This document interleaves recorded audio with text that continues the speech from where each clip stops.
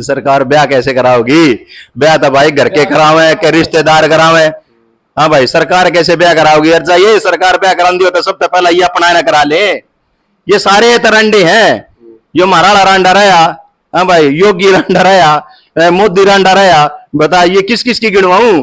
ये सब तो पहला अपनी न बहू लिया मैं, जो जैन दौरा बहू होते कि भाई इन दौरा बहू भाव नहीं है इनका दौर तो ठीक है, अपने बिना पर्ची खर्ची को नौकरी नागरी लागना है।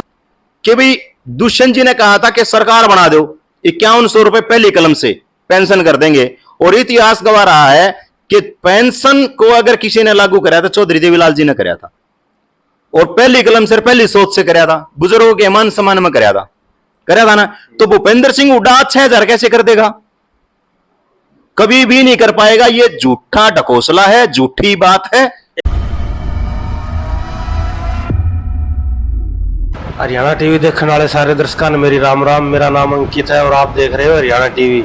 तो भाई आज आए यहाँ पर बनियानी रोहतक के बनियानी गांव में, और युवा प्रदेश महासचिव रामनिवास के घर आए हैं, जेजेपी पार्टी के अध्यक्ष हैं। तो आज उनसे पूछांगे, गर्मा गर्म माहौल चल रहा है इलेक्शन का, तो उस बारे में कुछ पूछांगे, गांव में किसका जोर शोर है।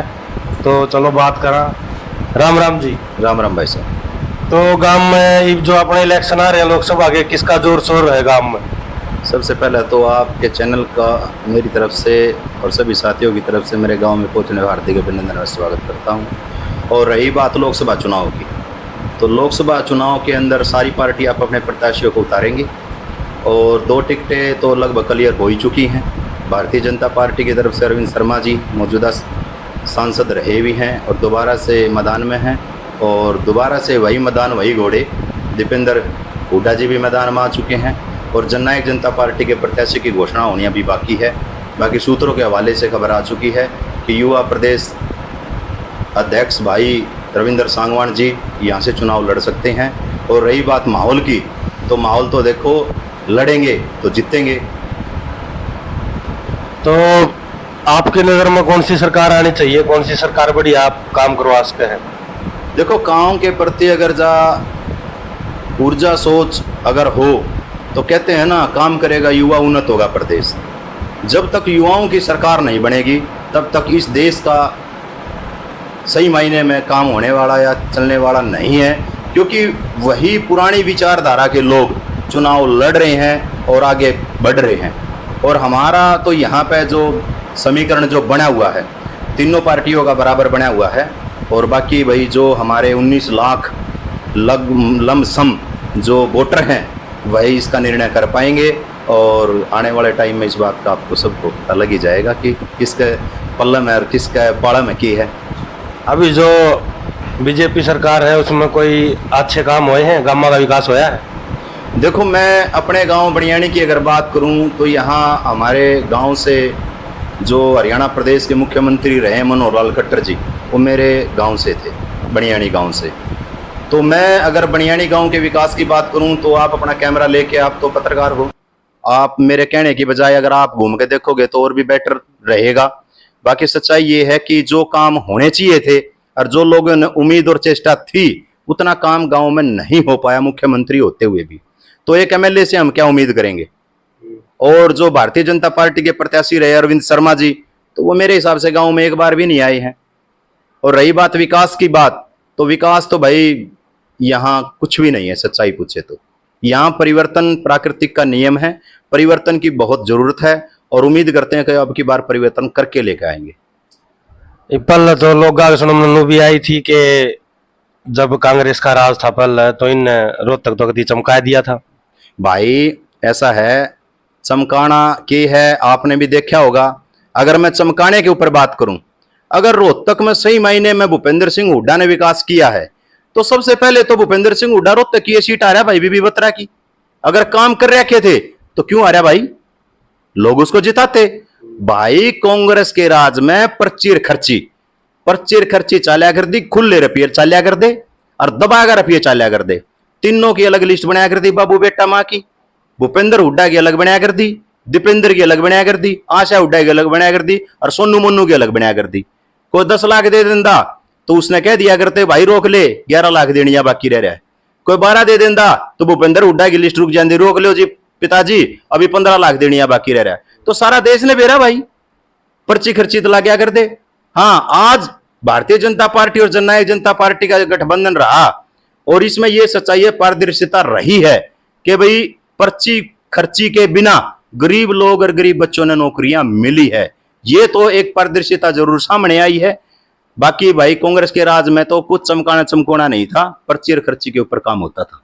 इब लोग तो भी कहे कि हर सरकार में चालिया करता, पर्ची खर्ची तो हर सरकार में चाली है, हर सरकार में जिसकी जान पहचान होया कर दी जी 2 रुपया करदा नुए लाग गए सरकार में, यह बात सच्ची है। लेकिन आज तो पारदर्शिता मेरे भाई, जो बच्चा पढ़ेगा वो आगे बढ़ेगा और ये तो सबने पता, मेरिट लिस्ट में नौकरियां मिलने लग रही है।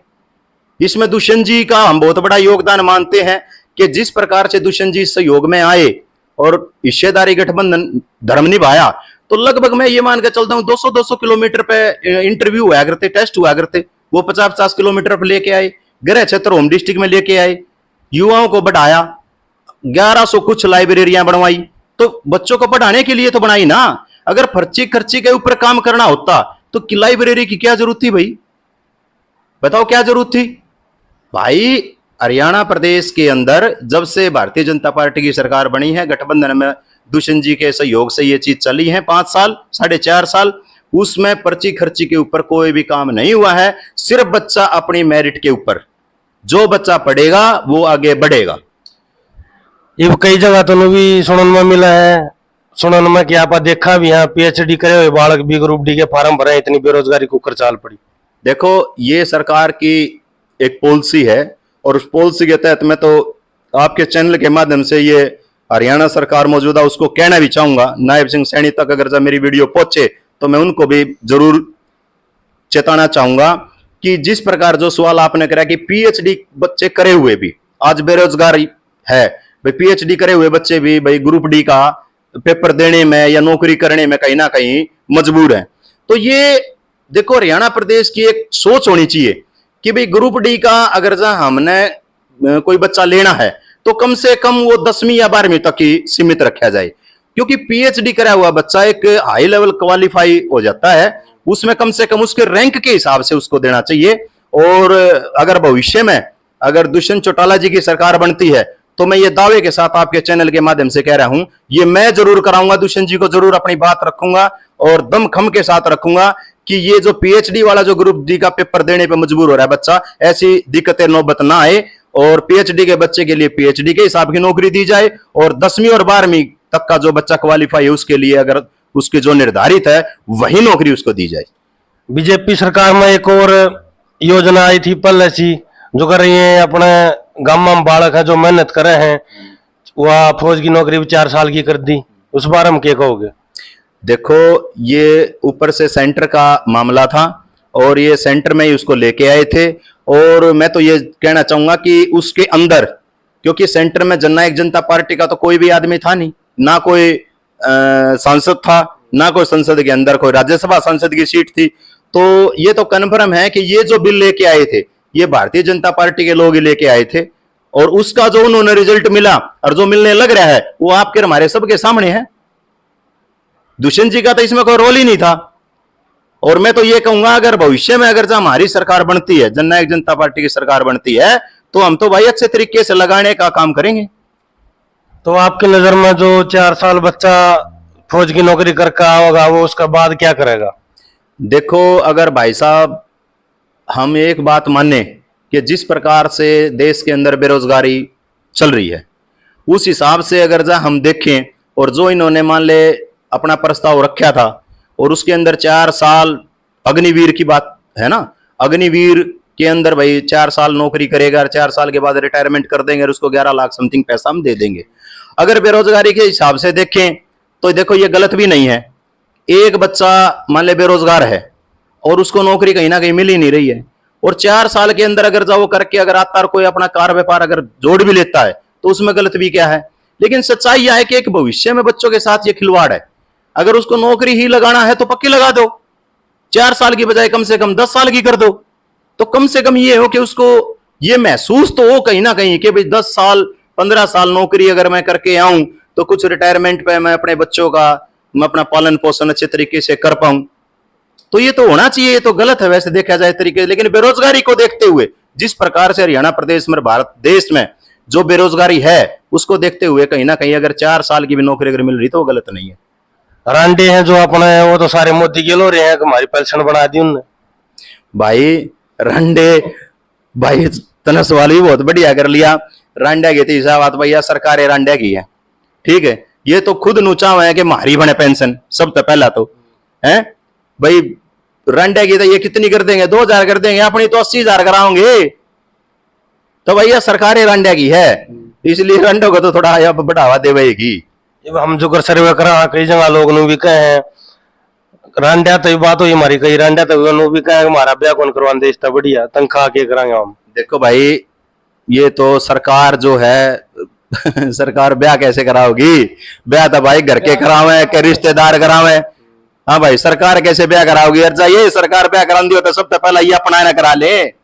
ये सारे तरंडे हैं, यो महाराणा रांडा रहा, हाँ भाई योगी रांडा रहा, मोदी रांडा रहा, बता ये किस किस की गिनवाऊं?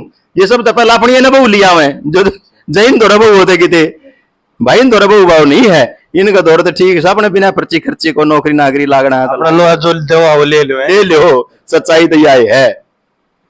एक मुद्दा और जो अपना राम मंदिर है, उस पर बहुत सवाल उठ रहे हैं, हमने कई जगह सुनने मिला है कि इसका बढ़िया तो कोई कॉलेज क्यों ना बनवा दिया, इतना धनुष लगा दिया मोदी ने।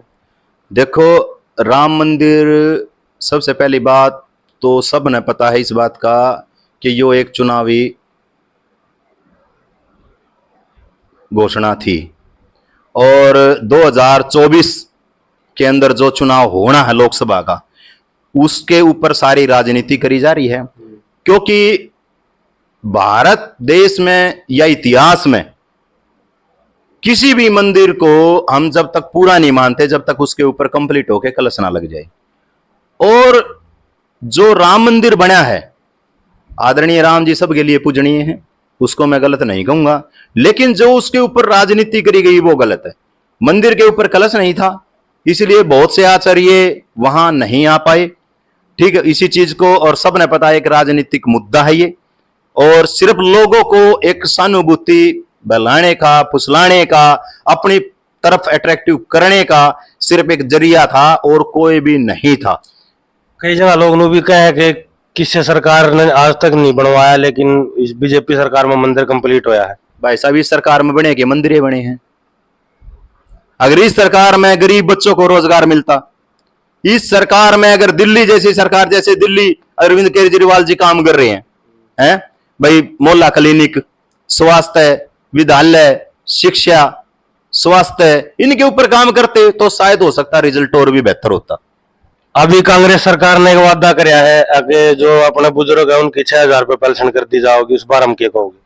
भाई ये खाली एक चुनावी ढकोसला है। अगर भूपेंद्र सिंह हुड्डा 6,000 पेंशन कर दे, भूपेंद्र सिंह हुड्डा को मैं आपके चैनल के माध्यम से कहना चाहता हूं कि जब आप हरियाणा प्रदेश के 10 साल सीएम थे, जब तेरे राज्य में कितनी बढ़ी थी? 750 रुपये। जब 10 साल भूपेंद्र सिंह हुड्डा इस प्रदेश का मुख्यमंत्री रहा तो 10 साल में 750 रुपये बढ़ी थी। और भारतीय जनता पार्टी और जननायक जनता पार्टी के सहयोग से इन 5 सालों के अंदर 1,000 रुपए तो ये बढ़ गई, और 1,000 पिछले राज्य में बढ़ गई थी, यानी कि इन 10 सालों में 2,000 रुपए पेंशन बढ़ा दी। और दुष्यंत जी ने हमारा यो एक चुनावी घोषणा पत्र में भी था कि भाई दुष्यंत जी ने कहा था कि सरकार बना दो, 5100 रुपए पहली कलम से पेंशन कर देंगे। और इतिहास गवाह रहा है कि पेंशन को अगर किसी ने लागू कराया तो चौधरी देवीलाल जी ने कराया था, और पहली कलम से, पहली सोच से कराया था, बुजुर्गों के मान सम्मान में कराया था ना। तो भूपेंद्र सिंह हुड्डा 6,000 कैसे कर देगा? कभी भी नहीं कर पाएगा। ये झूठा ढकोसला है, झूठी बात है। एक और वादा कराया है कि महंगाई कम करने खातिर सिलेंडर का रेट भी 500 रुपये कर दिया जाएगा। भाई तो चाहिए फ्री में भी दे दो, लेकिन 10 दिन पाछे देखिए यो तेरे और मेरे में कहीं लिखड़ेगा। यो तो वो काम हो गया, एक वो राजा था, वो बोले मैंने वोट दो, और बोले मैं थामने सारा ऊनी वस्त्र दूंगा। तो जो बकरी का भेड़ का बच्चा था वो बोला, भाई माँ बोला यो इतने ऊन के कपड़े कितने ले आओगा? बोला बेटा खाल तो बनेंगे। बोला खाल किसकी उतरेगी? बोले अपनी उतरेगी। समझ गया ना? तो उसने उसके सवाल का जवाब मिल गया था। तो भाई या खाल मारी उतरनी है, चाहे वो सिलेंडर 100 रुपया कर दे, चाहे सिलेंडर 500 कर दे, 1000 कर दे, ईब कर देगा। इन गरीब भैया के वोट लेगा राज बना के और मिल बैठ के खाओगे, फिर सिलेंडर ने फिर 1200 कर देंगे 4 दिन थी। जो अभी खट्टर ने इस्तीफा दे दिया उसका क्या कारण मान लो? भाई खट्टर ने जो इस्तीफा दिया वो एक बीजेपी की रणनीति हो सकती है, उसके बारे में तो देखो मैं नहीं कहना चाहूंगा। लोग तो भी कहें वोटा खातर कर सब चाहे हैं कि बीसी का कार्ड खेलो, बीसी का कार्ड करके बीसी भैया के बुला फुसला के वोट ले लो। उसके बाद ये तो चन्नी की तरिया है, 6 महीने की वैलिडिटी इसकी, तो ये अब 6 महीने की वैलिडिटी खत्म, श्रेणी खत्म। आप देख लेना, आप भी यही और मैं भी यही हूं। 2024 के विधानसभा के बाद देख लेना यार हरियाणा प्रदेश का सीएम कौन होगा। अगर भारतीय जनता पार्टी की सरकार बनती तो सीएम कौन होगा? हाँ, अगर नई जनता पार्टी की सरकार होती, मैं दावे के साथ कह सकता हूं दुष्यंत चौटाला जी हरियाणा प्रदेश के सीएम होंगे। अपनी बीजेपी सरकार में भी जो है फिलहाल उसमें किसान भैया के विकास होया है।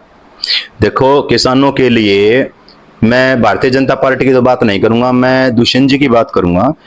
हमारी हिस्सेदारी मात्रा की ये मान के चलो कि 20% थी, 10 हमारी सीटें थी हरियाणा प्रदेश में। हरियाणा प्रदेश के अंदर जितना विकास दुष्यंत जी ने किसानों के लिए किया, 72 घंटे के अंदर पेमेंट, एमएसपी के ऊपर लगभग 14 फसलें जो कंटिन्यू बिकी हैं, एक दिन भी किसान ने मंडी में नहीं सोना पड़ा। और आज से 2 दिन पहले मैं वीडियो देख रहा था, भाई साहब मंडी के अंदर, बड़ौदा की मंडी हो, गवाना की मंडी हो, या रोहतक की मंडी हो, कलानौर की हो, कहीं की भी हो, आज आप जाकर देखो ना तो कोई लिफ्टिंग का मामला है, ना कोई उत्थान, फसल उत्थान के बारे में बात कर रही है। मंडियों में किसानों को सोना पड़ रहा है, और 72 घंटे की तो दूर बात, लगभग ये मान के चलो कि 29-29 दिन के भी अंदर पेमेंट नहीं आ रही। तो आज दुष्यंत जी के राज से बाहर निकलने के बाद लोग बहुत दुखी हैं, किसान बहुत दुखी हैं। जिस टाइम दुष्यंत जी सरकार में थे उस टाइम किसान भाई विरोध कर रहे थे। आज हकीकत में जब नहीं है दुष्यंत जी राज में, तो आज पता लग रहा है कि दुष्यंत जी क्या थे, किसानों के हित की बात करने वाला राज में बैठा था। और मैं तो फिर आग्रह करूंगा किसान भाइयों से कि लाग लपट के छोरे न बनाओ, और भाई दुष्यंत ने सीएम बनाओ और हरियाणा प्रदेश न बचाओ। एक और बात सुनने को मिला है, जैसे हरियाणा में अपने कई जगह हम सर्वे करा, लोग ने भी कहा है कि दुष्यंत ने धोखा कराया है पब्लिक के साथ, उस बारे में क्या कहोगे? देखो लोगों का जो कहना है कि भाई हमने एंटी बीजेपी वोट दुष्यंत जी को दिया, यही कहना है ना। लेकिन आप ये बताओ क्या हमने कांग्रेस के पक्ष में वोट मांगे थे? हमने तो कांग्रेस के पक्ष में ही वोट नहीं मांगे। हमारी 10 सीटें आई, और 10 सीटें आई तो हमारे बगैर तो पहले भी सरकार बन रही थी। ये तो ठीक है भारतीय जनता पार्टी ने निमंत्रण दिया, दुष्यंत जी गए, सरकार में हिस्सेदारी होगी, नहीं तो दुष्यंत के बगैर तो आज भी सरकार बन रही है। दुष्यंत के बगैर तो आज भी सरकार बन रही है भाई। नहीं तो भूपेंद्र सिंह हुड्डा ने तो पिछले भी 2000 लगभग 9 में क्या किया था आपने सबने पता। बोले नंबर 1 हरियाणा, नंबर 1 हरियाणा आई जब तो भजन लाल के चेहरे पर सरकार आई, और उसके बाद फिर 2009 में नंबर 1 हरियाणा बना दिया था। तेरी 40 क्यों आई भाई? तेरी तो 67 आनी चाहिए थी।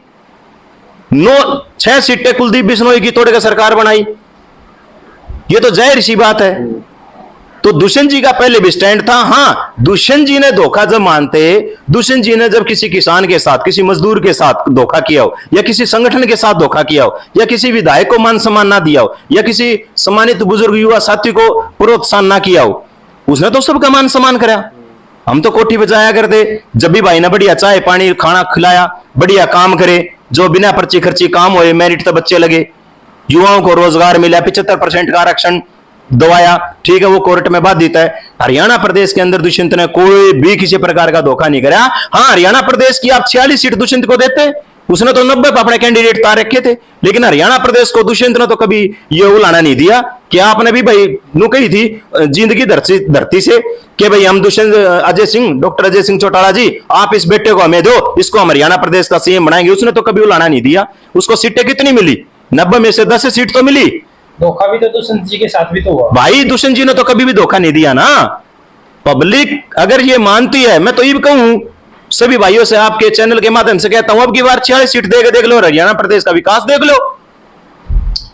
अभी आपने एक बात बोली थी कि सूत्रों के हिसाब से पता चला कि अभी जो अपने यहाँ से उठेंगे रविंद्र सांगवान जी, तो अगर कल को जनता कैसे भरोसा करे, अगर कल को वो भी बीजेपी में जाकर शामिल हो, तो आप क्या कहोगे?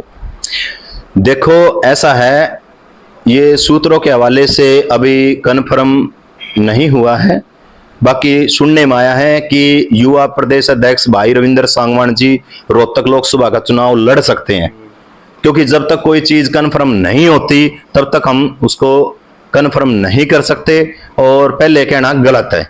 लेकिन भाई रविंद्र सांगवान जी युवाओं का अच्छा साथ रहा है। और रही बात जीत की, भाई मैं डंके के साथ और आपके चैनल के माध्यम से कहना चाहता हूं, आप भाई रविंद्र सांगवान को जिताओ, पब्लिक को इकट्ठा करके, पूरे रोहतक लोकसभा को इकट्ठा करके बुला के ये पूछ लेंगे बताओ भाई क्या करना है। अगर आप कहोगे राज में चला जा तो राज में चले जाएंगे, और आप कहोगे विपक्ष में बैठना तो विपक्ष में बैठ जाएंगे। और इस बात की गारंटी कौन दोगे? आप दोगे या पब्लिक देगी कि मोदी का राज बनेगा या कांग्रेस का राज बनेगा? अब किसी को भी नहीं कहा जा सकता बीजेपी में क्यों जाएगा भाई, केवरा काल सेंटर में कांग्रेस का राज बन जाए। पूरी लोकसभा को इकट्ठा करके भाई रविंद्र सांगवान को जिताओ, डंके की चोट पर आपके चैनल को बुला के ये पूछांगे बताओ भाई, पब्लिक बताओगी किस में जाना है, उससे में जावांगे। यार नू कहेंगे यहां बैठ जाओ तो यहीं बैठ जावांगे। आप जितवाओ। मोदी तो ये गारंटी दे रहा है कि मैं 90% काम करवाऊंगा, ये गारंटी, फुल गारंटी दे रहा है। आप एक बात बताओ, मोदी की क्या गारंटी है? मोदी की क्या गारंटी? मोदी की गारंटी तो 2 करोड़ रोजगार देने की भी थी, मोदी की गारंटी तो 15 लाख देने की भी थी। मोदी की गारंटी नहीं, या गारंटी ने गलत चलाई। अगर गारंटी चलानी थी तो इन्हें जनता जनार्दन की गारंटी चलानी थी और यह कहना था भाई पब्लिक की गारंटी मोदी के साथ। मोदी की क्या गारंटी हो भाई, नेता की क्या गारंटी हो? ये तो सबसे बड़ा दल बदलू है, ये तो आज कुछ है तड़का कुछ है। मोदी की क्या गारंटी है? इस बात की कौन गारंटी दे के कल अगर मोदी बदल गया तो? और मोदी को तो भारत देश की जनता ने 2 बार मौका दे दिया भाई, किसी और भाई ने भी आने दे। इसने तो अपनी पार्टी के कुण में ला दिए। जितने हमारा के विकास करेगा भाई, कित गए 15-15 लाख रुपये। और अमित शाह से पूछते हैं तो बोले ये तो एक जुमला था, ये भी जुमला हो गया। 15-15 लाख रुपये देकर और लोगों के वोट ऐठने के चक्कर में तने यो काम कर दिया सारा, और गरीब लोगों को तो बनकर बैठ गया। तो मोदी की कोई गारंटी नहीं चलेगी, गारंटी चलेगी जनता जनार्दन की। जनता जिसको चाहेगी वो बनेगा। कई जगह सुनने में आवा है कि लोग नु कहें बीजेपी के राज में तो सब में प्राइवेट हो गया, ये नो भी कहें लोग आगे आने वाले साल में हिसाबी हो उसका पुलिस जो रह रही है वह भी ठीक कब हो जाए। देखो इस सवाल का जवाब तो भारतीय जनता पार्टी का कोई लीडर आपसे मिले ना तो उससे पूछोगे तो बढ़िया रहेगा। बाकी मैं अपने लिए बता देता हूं, अगर आपने पूछा तो मैं बता देता हूं। ऐसा है, जो सरकारी संस्थाएं थी वो सरकारी संस्था है, कोई सरकारी संस्था प्राइवेट नहीं हुई, सिर्फ एक कौशल का निर्माण विकास हुआ है। और उसके माध्यम से भी अगर गरीब बच्चों के हिसाब से देखा जाए तो वो गलत नहीं है। क्योंकि कोई बच्चा आज चाहे वो चौटाला साहब की सरकार हो और चाहे वो कांग्रेस की सरकार हो, उसमें क्या था, डीसी रेट पर लग जाता था। 40 साल भी डीसी रेट की नौकरी कर फिर भी आदमी वही रह जाता था। आज कम से कम कौशल के अंदर 5 साल 10 साल काम करके कम से कम बच्चा ये है कि कौशल के अंदर पक्का हो जाए तो कम से कम जीवन यापन तो अच्छा हो सकता है। आने वाले समय में अगर दुष्यंत जी सीएम बने हैं तो अपना हरियाणा ने किस दिशा में ले जाना चाहोगे? भाई साहब, अगर सही महीने में अगर जो आपका जो शब्द है और ये कामयाब हो गया और दुष्यंत जी हरियाणा प्रदेश के सीएम बन गए तो भाई साहब आज तक के इतिहास में ऐसा काम ही नहीं हुआ होगा, ऐसा सोच में भी नहीं आया होगा जिसका दुष्यंत जी वो काम करके दिखाएंगे। आज तो हमने ये जो 75% का जो आरक्षण गरीब बच्चों भाइयों के लिए किया था, सबसे पहला इंप्लीमेंट इसके ऊपर होगा। बुजुर्गों के मान सम्मान में 5100 रुपए जो पेंशन हमने रखी थी, कहीं ना कहीं हमारे मन में टीस है और उसी टीस को लेके कहीं ना कहीं हमने गठबंधन भी तोड़ा। दुष्यंत जी ने लास्ट में यहां तक भी बोल दिया था कि आप मेरे 5100 रुपए पेंशन कर दो, हम एक सीट के ऊपर भी चुनाव नहीं लड़ेंगे। लेकिन भारतीय जनता पार्टी ना 5100 रुपए पेंशन करने की मूड में और ना हमारे को सीट देने की। भाई फ्री में किसी की मदद को नहीं करी जा। कई जगह लोग भी कहे कि हम जुगर गांव में जाओ, यहाँ तो कोई किसी पार्टी का नेता नहीं आंदा देखने गांव का हाल, इस बार हम क्या कहोगे? भाई अगर आप हरियाणा प्रदेश की अगर बात करते हो तो आप कभी भी एक आंकड़ा विभाग है, आंकड़ा विभाग के पास आप चले जाना, उस विभाग से ये पूछ लेना कि हरियाणा प्रदेश का उप मुख्यमंत्री जिस डेट से बना था उस डेट से लेके और जो हमारे मंत्री बने थे या हमारे विधायक बने थे, किसी की भी गाड़ी का अगर पहिया रुका होता आप मेरे को बता देना। सबसे ज्यादा किलोमीटर अगर किसी के निकले तो दुष्यंत सिंह चौटाला जी के निकले, जिसके खुद की पार्टी के 5 प्रोग्राम पाया करते तो 10 सरकारी प्रोग्राम पाया करते। गांव में कोई हालचाल देखना है बीजेपी का नेता कोई या फिर कांग्रेस का कोई? भाई ने तो बेड़ा गर्क कर रखा है, इनने बेड़ा गर्क कर रखा है। इनने तो भाई नु लगा ले एसी रूम में चंडीगढ़ बैठ के लिस्ट बने हैं और चंडीगढ़ बैठ के फाइनल हुए हैं। ठीक है, इनने नहीं गांव का विकास कुछ भी करना, इनने तो सिर्फ बढ़िया ट्रैक मिल रहा है भाई। जाट उठ ले बामण ने ठा दो, बामण उठ ले खत्ती ने ठा दो। जात पात की राजनीति है, काम करना ही नहीं। विकास की राजनीति है कहां? आप रोहतक सीट से देख लो के है अरविंद शर्मा, 5000 पर्ची को अरविंद शर्मा के चेहरा, किसका चेहरा मिले? मोदी के चेहरा पे। मोदी दे झूठी गारंटी, मोदी झूठी गारंटी दे है। कई जगह तो भी सुनने में मिला है मोदी ने तो विदेशों में जाकर भी अपना इंडिया का मतलब नु पहचान करवा दी, अमेरिका तक जाकर। अरे भाई पहचान करा दी, इन बड़का ने भी भेज देने पहचान कराने खातर। तेरी पहचान तक होगा, तेरी पहचान तो एक के घर बढ़िया होगा। इन गरीब भैया ने, गरीब बच्चा ने भेज, पढ़ने के लिए भेज, लिखने के लिए भेज, नौकरी करने के लिए भेज, इनका वीजा फ्री करवा। इन भैया ने भेज, तब जाके इनकी स्थिति परिस्थिति सुधरेगी, जब इनकी 7 पीढ़ी सुधरेंगी। और तेरे विदेश जाए तक सुधर जाएगा भाई। और वो तो ब्याज पर रुपया देंगे तो अगला मूल और ब्याज इकट्ठा लेंगे। बताओ उनका केस है ना भाई, अमेरिका का केस है नाम, रूस का केस है नाम। शायद तुम्हारे भैया का मानना कि हम जिसने मिला बिठा कर वो उड़ती बिठा दिया और बना दिया। हरियाणा टीवी के माध्यम से आप दर्शकों के लिए क्या कहना चाहोगे? आपके चैनल के माध्यम से मैं हरियाणा प्रदेश के एक एक सम्मानित बुजुर्ग युवा साथी को नम्र निवेदन करना चाहूंगा कि अगर आप सही मायने में अगर हरियाणा प्रदेश के विकास की राजनीति जो सपना आप संजोए हुए हैं, अगर वो सपना आप सोच रहे हो कि पूरा हो, तो आदरणीय दुष्यंत सिंह चौटाला जी को बात मजबूत करो और दुष्यंत सिंह चौटाला जी को हरियाणा प्रदेश का मुख्यमंत्री बनाओ। और ये 10 की 10 सीट लोकसभा जो जिता के संसद में जननायक जनता पार्टी के कैंडिडेट भेजो, फिर आप देखना। और हरियाणा प्रदेश की गति, दिशा, नीति, विजन, रीजन अगर कामयाब ना हो तो आप, मैं यहीं मिलूंगा। आपने कभी भी किसी टाइम आ जाना। आपसे नम्र निवेदन है, दुष्यंत सिंह चौटाला जी को हरियाणा प्रदेश का मुख्यमंत्री बनाओ। चलो ठीक है जी, राम राम। राम राम जी।